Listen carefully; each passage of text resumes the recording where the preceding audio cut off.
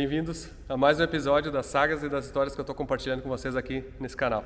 Para quem não me conhece, eu sou Anderson Dick, eu sou fundador da Feutech, mas aqui eu estou para falar de carros, de paixões, de loucuras, de empreendedorismo, de viagens e assim vai. Vocês já viram um monte de história acontecendo esse ano. Eu estou aqui na Feutech Brasil, onde é que a gente chama da oficina de desenvolvimento ou de, sei lá, pode chamar do que quiser, mas aqui a gente tem os carros que a gente trabalha desenvolvendo novas tecnologias, testando os produtos, testando funções, é uma série de coisas.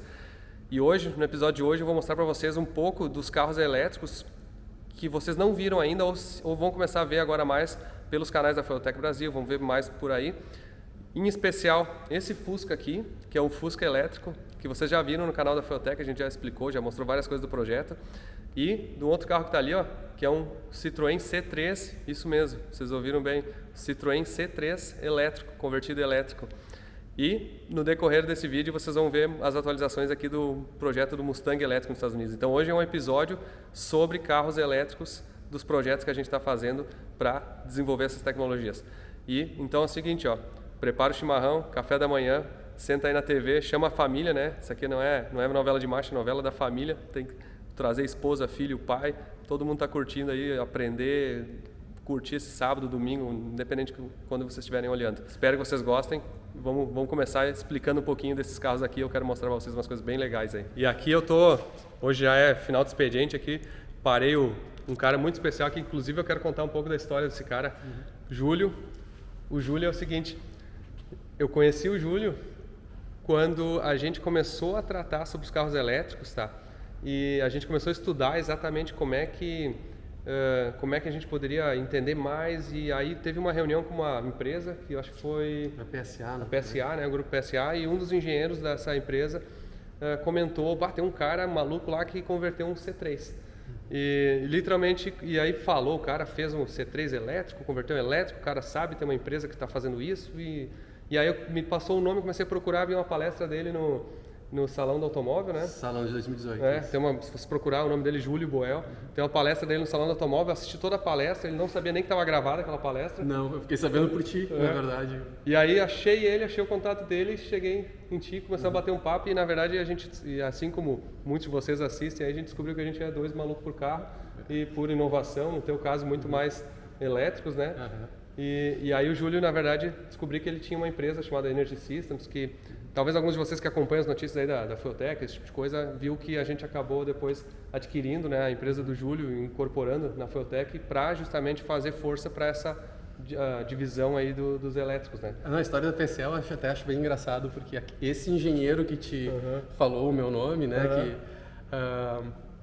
a história é mais ou menos a seguinte, eu estava fazendo uma palestra sobre o C3 e uma das coisas que eu comentei é que eu comprei o C3 porque era um carro barato e que ele era barato porque normalmente o motor dava problema, mas como eu ia jogar o motor fora, por mim não tinha problema nenhum, né, porque o motor costumava fumar. E aí no final da palestra veio um engenheiro da PSA dizendo, olha, esse carro que tu tá falando que o motor não presta é o carro que eu fabrico. Puta, e é o seguinte... E foi essa pessoa, tu vê que a gente ficou tão amigo que foi essa pessoa que depois acabou te falando. E na verdade a gente tem uma brincadeira aqui na Feutech, como é que é a brincadeira aí? É que a gente conseguiu fazer um Fusca que pinga água e um C3 que não fuma, né? Então... que maldade. Vai ter o clube do C3 aí que vai... Se tem alguém que tem um C3 aí, fica bravo, bota uma mensagem embaixo aí. Não é por mal, pessoal, também. Eu também tiro sarro. Você sabe que eu sempre tiro sarro dos meus GM com a luz da injeção ligada. Cada carro tem a sua brincadeira, então... Inclusive esse aqui também tem a luz da injeção ligada, né? A gente não tira em homenagem ao C8. Né? Perfeito. É isso aí. Não, uma brincadeira à parte, o Júlio é um cara que integrou e está tocando toda essa parte de desenvolvimento da eletrificação.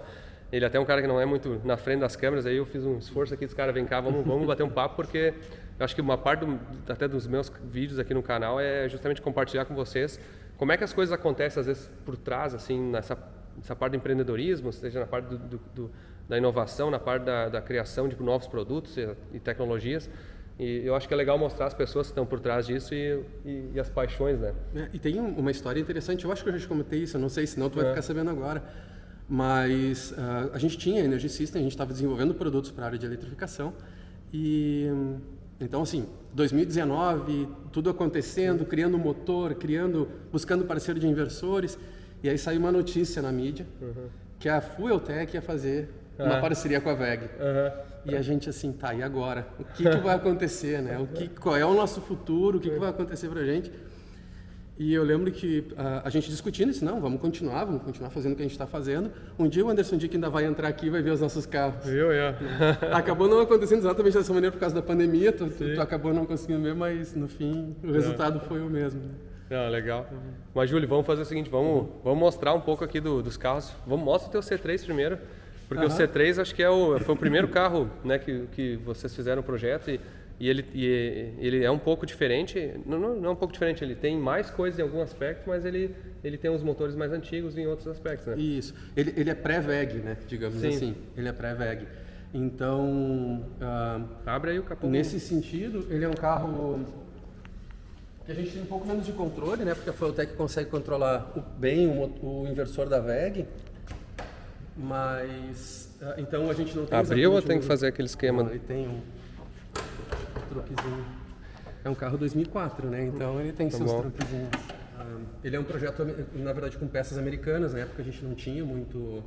Esse projeto, na verdade, ele começou em 2014. 2013 para 2014.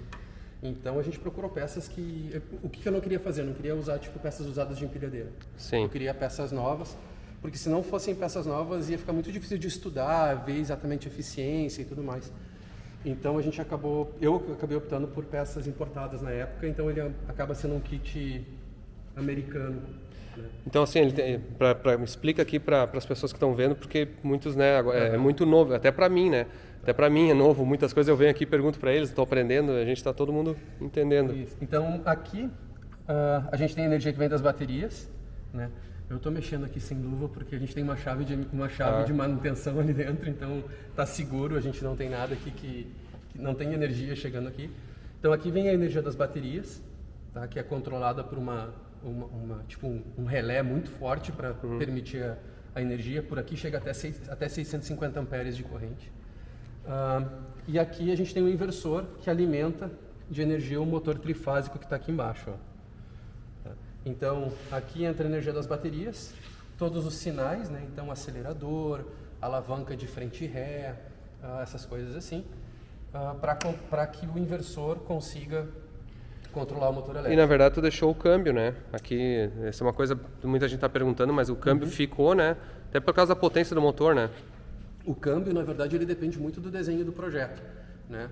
Se é um projeto com motor mais fraco, eventualmente eu vou precisar do câmbio, porque não é nenhuma questão, a gente fala muito do torque do motor elétrico, que ele tem muito torque, mas não é tanto a questão do torque, mas o quanto de RPM eu tenho esse torque. Então, se eu tiver 20 kg de torque, mas eu só tenho esse torque até 1.000, 1.500 giros, eu vou precisar de um câmbio para poder ter velocidades maiores, né? Então, no caso do C3, por exemplo, eu tenho um motor que vira até 8.000 giros, tem 16 kg de torque, e na segunda marcha ele até chega em 100 km por hora.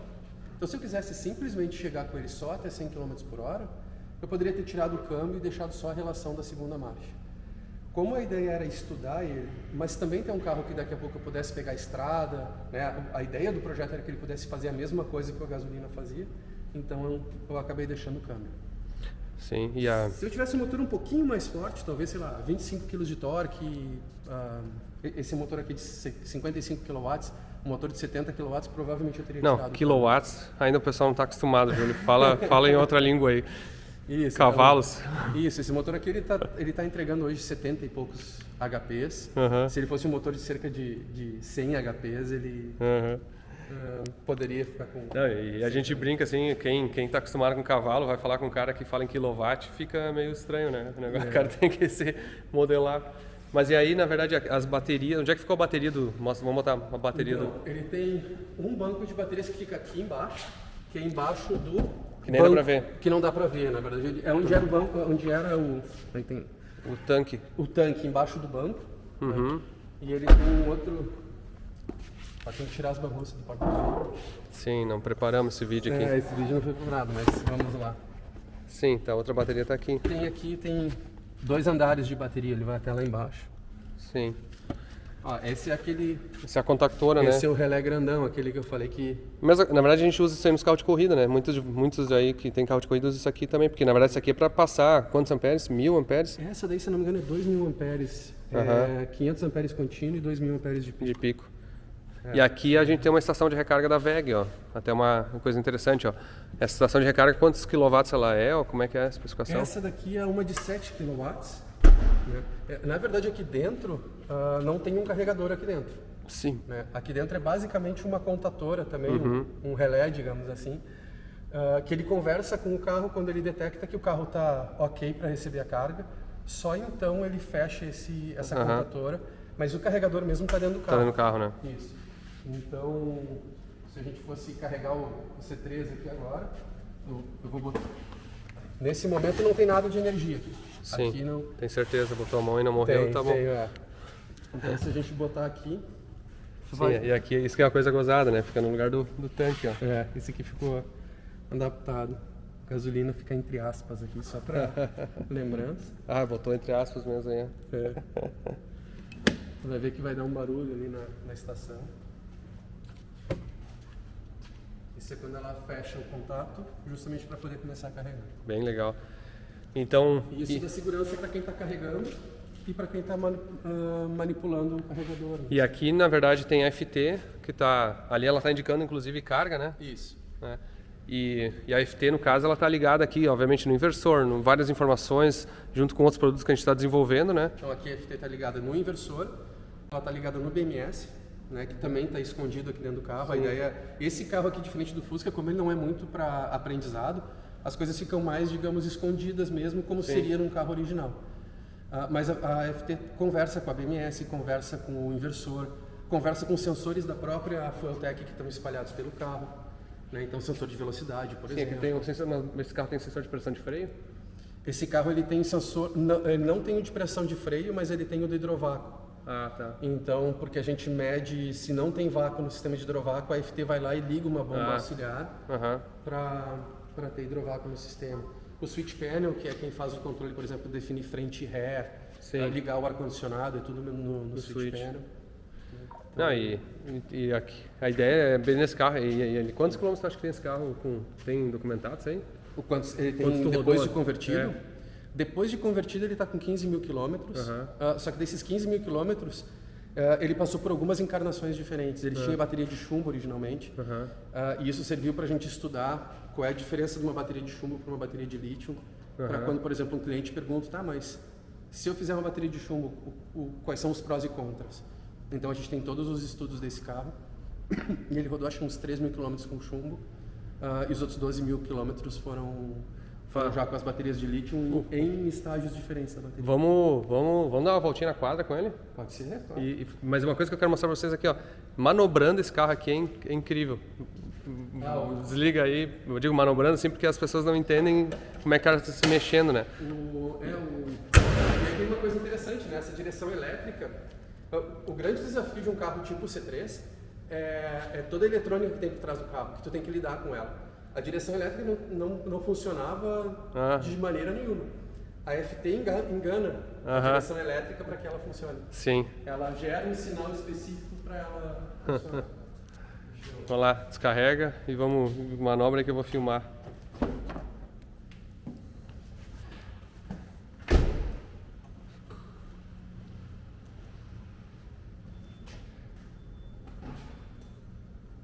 Ó o silêncio. Pode vir. Vai. Ligou o motor, não? Olha só. Pode vir. Cara, o silêncio absoluto, só escuta o barulho das molas. Ou de alguma coisa estralando assim. Tem um pouco aí da direção girando. Mas tá girando. Vai marcar o chão aí, ó. Os caras ficam fazendo burnout no chão aqui, ó.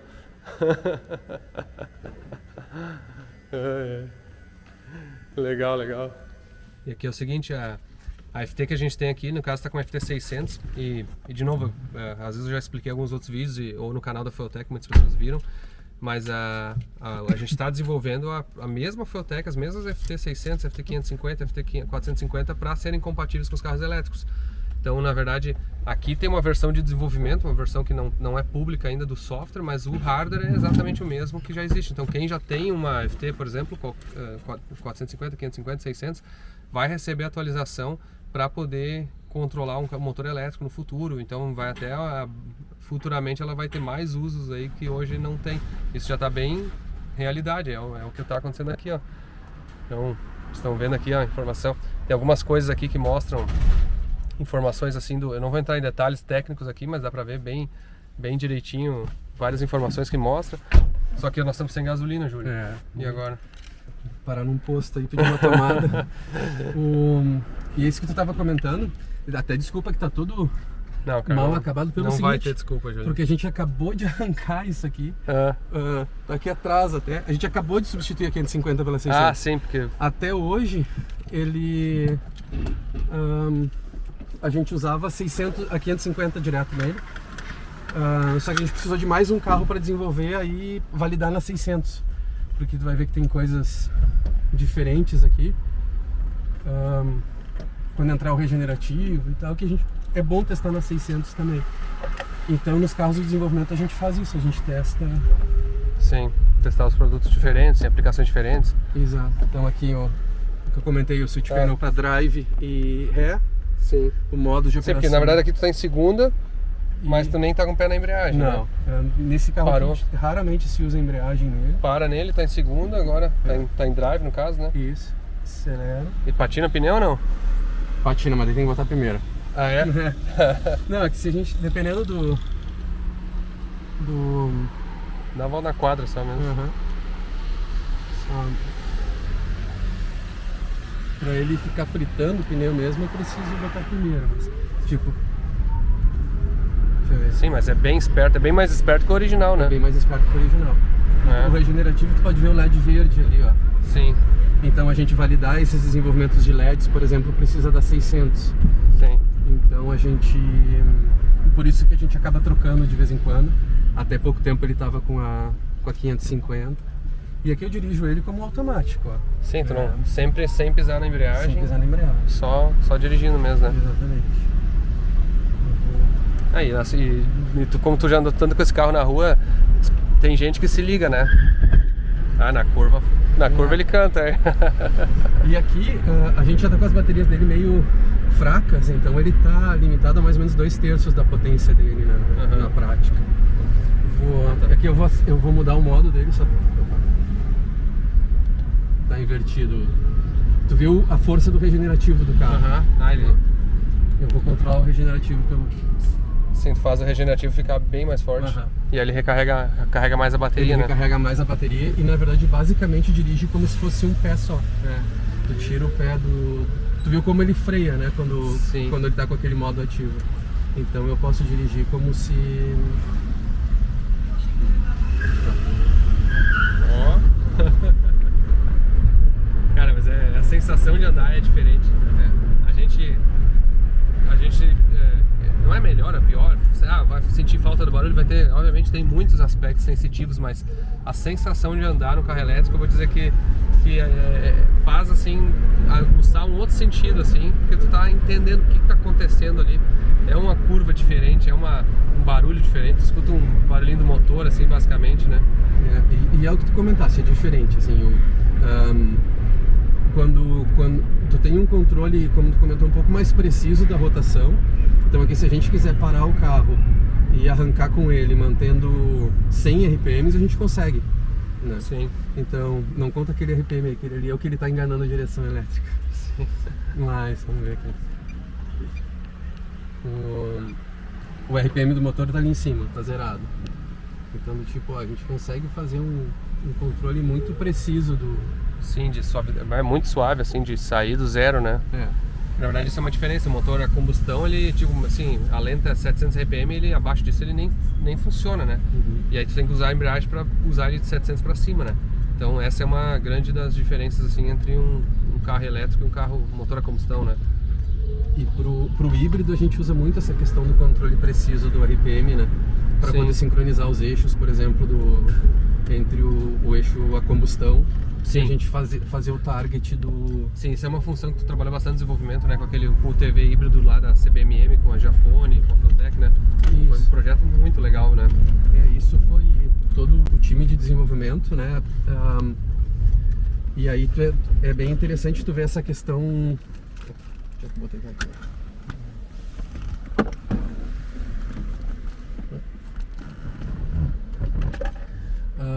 Então, o conhecimento, o fato do time ter um conhecimento abrangente, né? Todo time que está acostumado há tempos a trabalhar com motor a combustão, tu mesmo, o quanto tu ajudou em dizer como é que o motor se comporta e como é que a gente tinha que entender o motor a combustão para ajudar com o motor elétrico. Esse casamento desses conhecimentos é muito, muito legal. Já que esse episódio de carros elétricos, eu até vou fazer eu li um texto esses dias que eu achei fantástico, assim, sobre uma provocação exatamente de uma pessoa que estava fazendo uma brincadeira, como se fosse fazendo perguntas como se ela estivesse indo de um carro de carro elétrico para combustão, como se fosse o contrário, porque agora todo mundo está com cheio de dúvidas. Estou indo de um carro a combustão para um carro elétrico, eu tenho dúvidas, será que a bateria vai explodir, será quanto tempo vai demorar? Umas dúvidas que para quem está acostumado com carros elétricos já são, digamos assim, meio normal, meio bobas até. E aí a pessoa invertendo isso, eu vou falar algumas das frases que eu achei fantástico. Invertendo essas frases, elas ficam absurdas, né? Porque a gente está acostumado com carro a combustão, a gente está acostumado com gasolina. E aí algumas delas perguntando assim, tá, eu suponho que quando eu tiro o pé do acelerador, eu encho o tanque de gasolina de volta, né? Ele regenera a gasolina e bota a gasolina de volta no tanque, isso é óbvio, né? Só confirmando, porque o carro elétrico tira o pé, ela carrega a bateria, né? A outra pergunta é se a gasolina pode explodir, né? É um combustível. Pelo perigo, eu deveria todo dia quando eu chegar em casa tirar a gasolina do tanque e armazenar em algum lugar mais seguro. Ou outra pergunta, existe algum dispositivo de segurança para evitar que a gasolina pegue fogo em caso de acidente? Porque exatamente as pessoas falam, não, você pode pegar fogo na bateria. É que, claro, quando um carro elétrico pega fogo na bateria ou quando acontece um acidente, alguma coisa negativa, a mídia está muito em cima, então se tem bastante exposição. Mas quando um carro a gasolina pega fogo, obviamente não tem exposição em cima disso. Meio que já é comum, né? Exato. Assim, do tipo, já está acostumado com esses riscos. Então, teve várias assim, provocações dessas, assim, do tipo que... outra coisa, assim, por exemplo, falando... num carro elétrico custa tipo 10 centavos por quilômetro rodado, mais ou menos o custo de energia elétrica, isso sem considerar que se gerar a própria energia. O carro a gasolina custa 7 vezes mais, pelo menos. Mas eu suponho que quando mais pessoas forem para os carros a gasolina vai baixar de preço, né? Meio óbvio, né? Porque exatamente isso é uma das perguntas, assim, mas as coisas têm preços diferentes, mas não necessariamente tem a ver com volume, né? Então eu achei muito, não sei se te lembra algum ponto mais desse post. Eu acho que tinha alguma coisa que falava do tipo, eu imagino que quando eu chego em casa de noite, no outro dia de manhã meu tanque vai estar cheio, uma coisa assim. Tem como é que funciona a questão de abastecimento da gasolina? Eu tenho que ir em algum lugar encher, mas por que eu não posso só encher em casa? Vai existir alguma solução para encher o tanque de gasolina de noite? Então foi provocações assim, e de novo... porque é um episódio de elétricos que eu estou trazendo várias dessas provocações, porque uma das coisas importantes para todos nós é se provocar no sentido de melhorar ou de entender, de se adaptar, de fazer coisas diferentes. Eu acho que eu queria fazer um episódio assim, mostrando algumas das particularidades dos carros elétricos, justamente para que as pessoas entendam melhor isso, sabe? E não fiquem nem com medo das coisas como se fosse negativo ou ruim, e que entendam exatamente como é que as coisas são, né? Bom, tu é um proprietário de carro elétrico, então muitas das coisas que eu vou falar tu já tá vivendo, né? Tá batendo um papo aqui com quem tá assistindo o vídeo. E assim, eu particularmente, quando eu optei por fazer um carro elétrico, o meu sonho era comprar um carro elétrico. Mas não tinha no Brasil, simplesmente, eu acabei resolvendo fazer um. E o principal motivo nem era tanto na época preço da gasolina, qualquer coisa assim. Mas eu gostava da ideia e da liberdade que dava eu poder abastecer em casa. Sim. Né? E aí é aquilo, não tem nada perfeito no mundo. Então o carro elétrico é cheio de benefícios e não tem nenhuma desvantagem para a gasolina? Não. E o gasolina tem todas as vantagens para o elétrico? Também não. Cada um dele tem seus prós e contras. É que nem quando a gente estava na migração para smartphone, tinha um monte de gente que não queria smartphone, por exemplo. Mas trouxe alguns benefícios. Né? Tem gente que até hoje precisa de um celular que dure 14 dias a bateria. Sim, e o smartphone não vai fazer isso. Né? Show. Chefe, pode arrancar em primeiro? Vai lá. Vamos ver se bate na pneu isso aqui. Porque eu tô segurando só no pedal.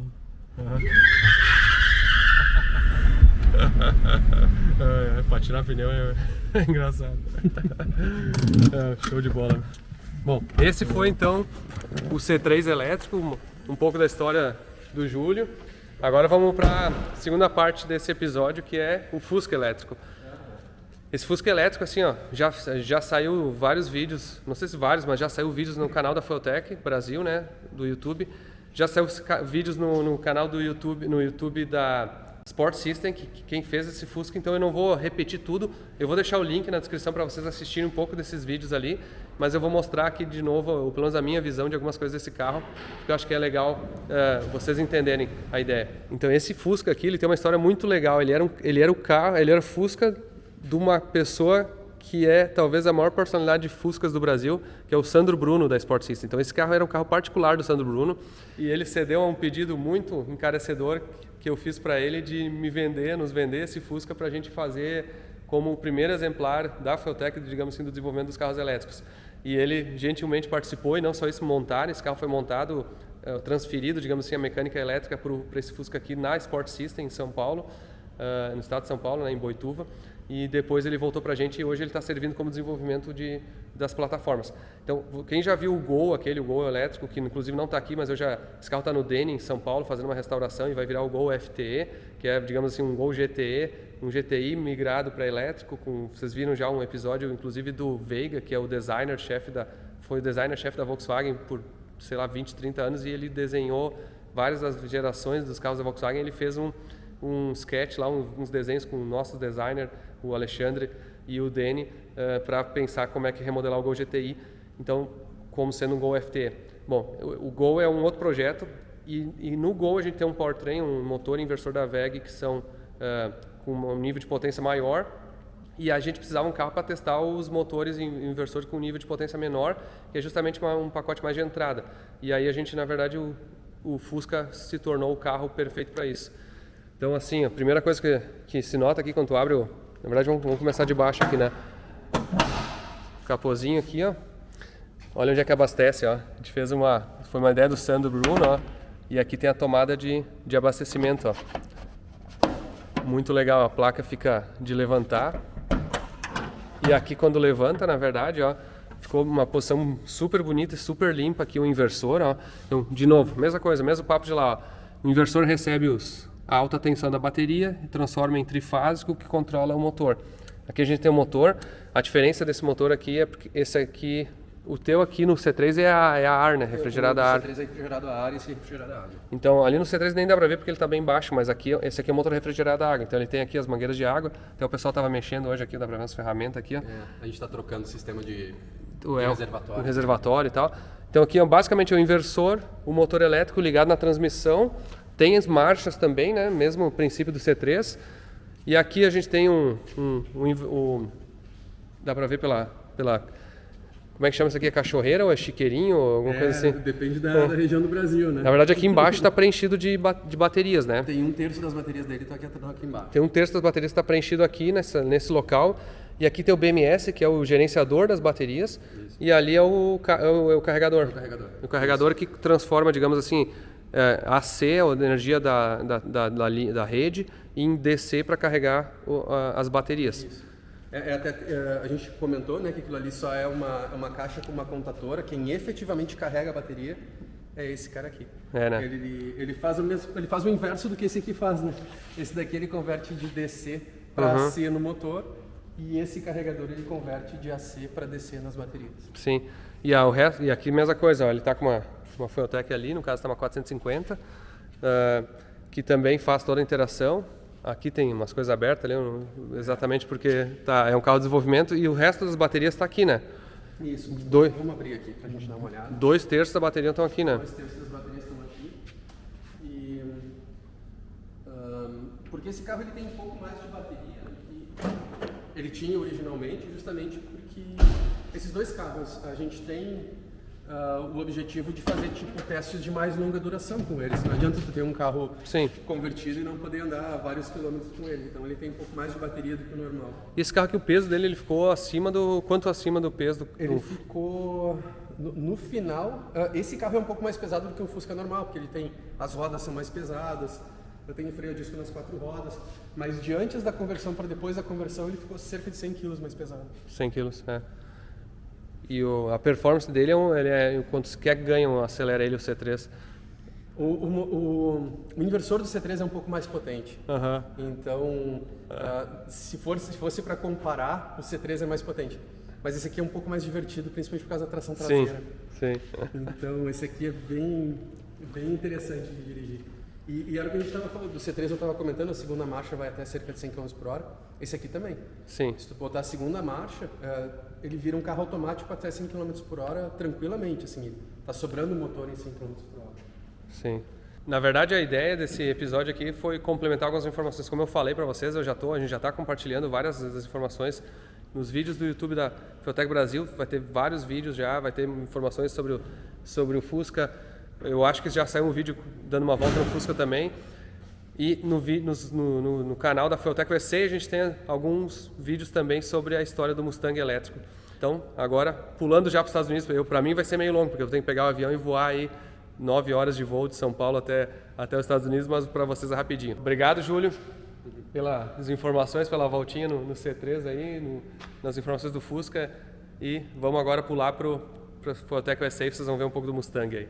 Agora foi rapidinho, eu já estou aqui nos Estados Unidos, já estou aqui vendo o Mustang, e hoje, para complementar então esse episódio dos elétricos aí de Feutec, eu vou mostrar para vocês o que andou já no Mustang e como é que está esse projeto. Para isso, chamei aqui o Luiz de Leon, né? Estamos de par de vaso.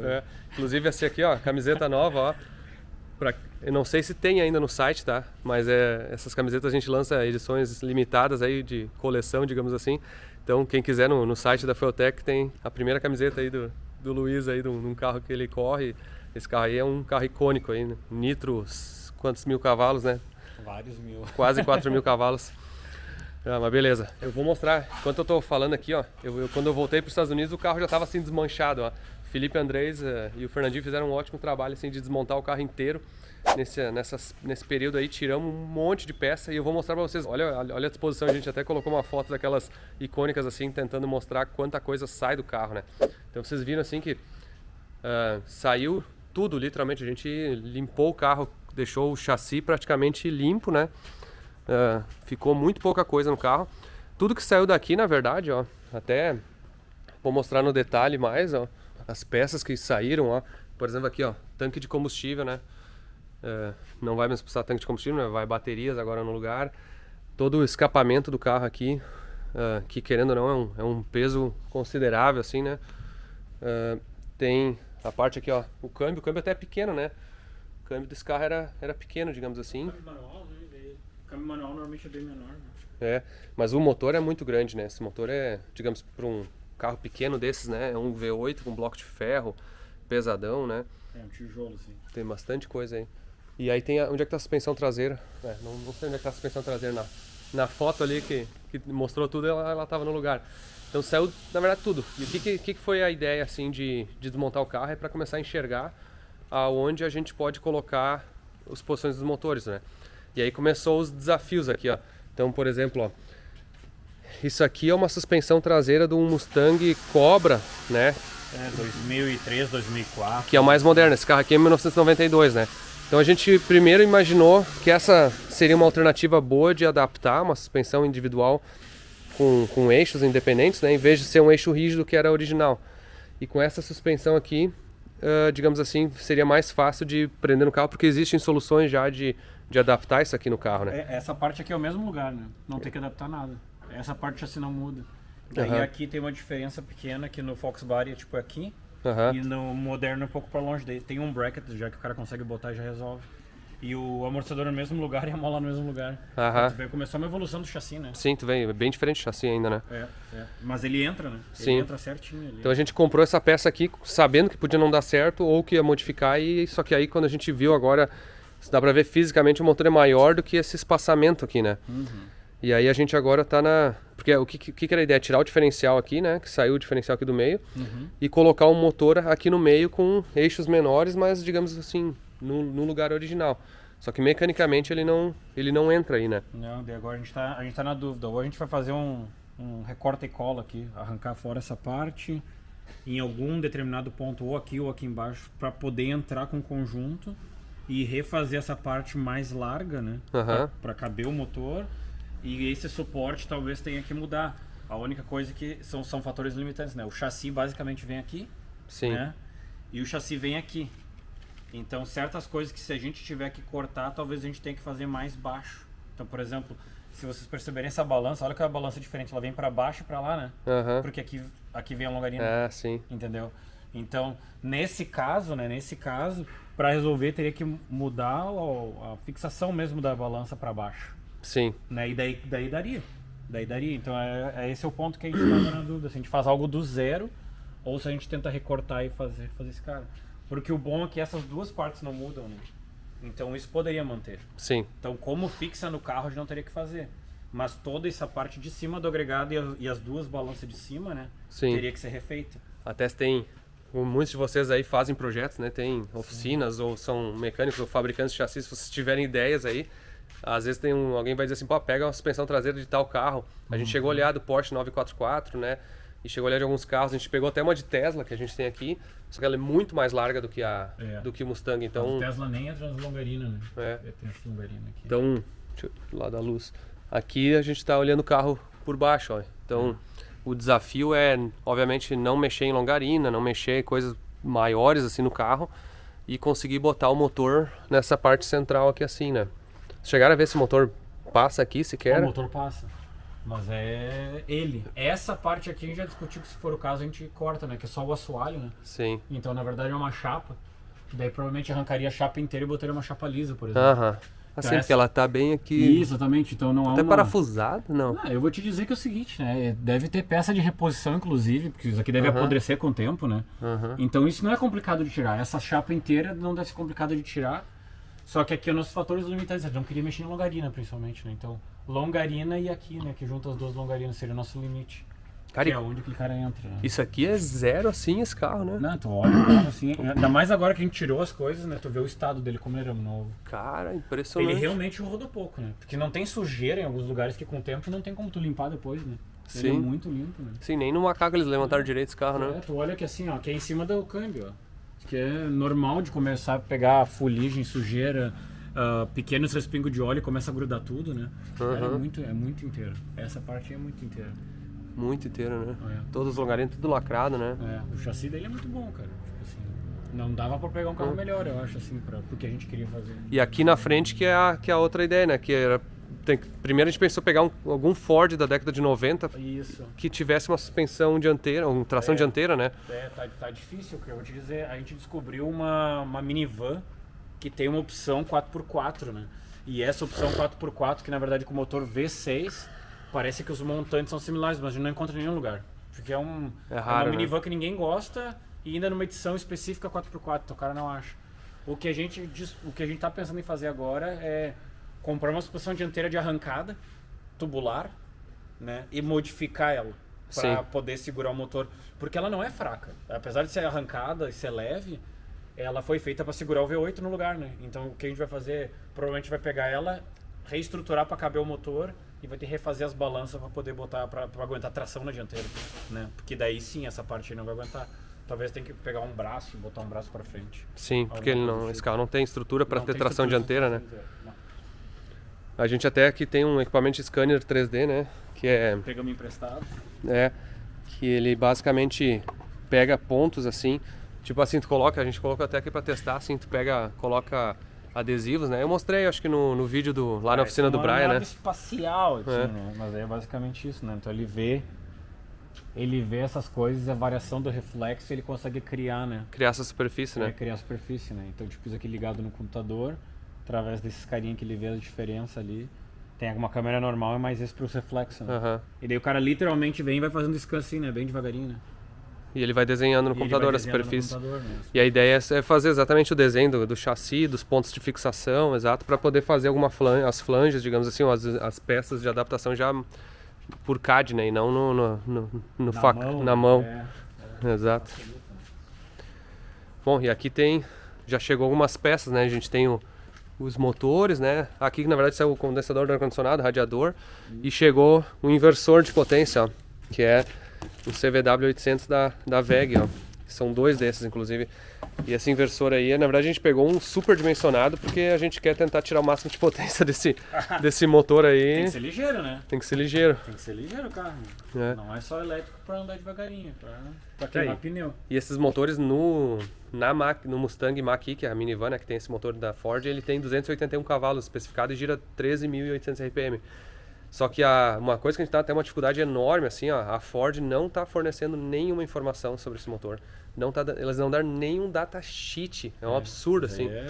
E a gente tá... O desafio ser maior. O desafio tá maior. Então a gente está tentando agora descobrir, literalmente, tunar o motor, fazer tudo por conta, porque eles não estão dando suporte nenhum para esse mercado. É uma coisa até surpreendente negativamente.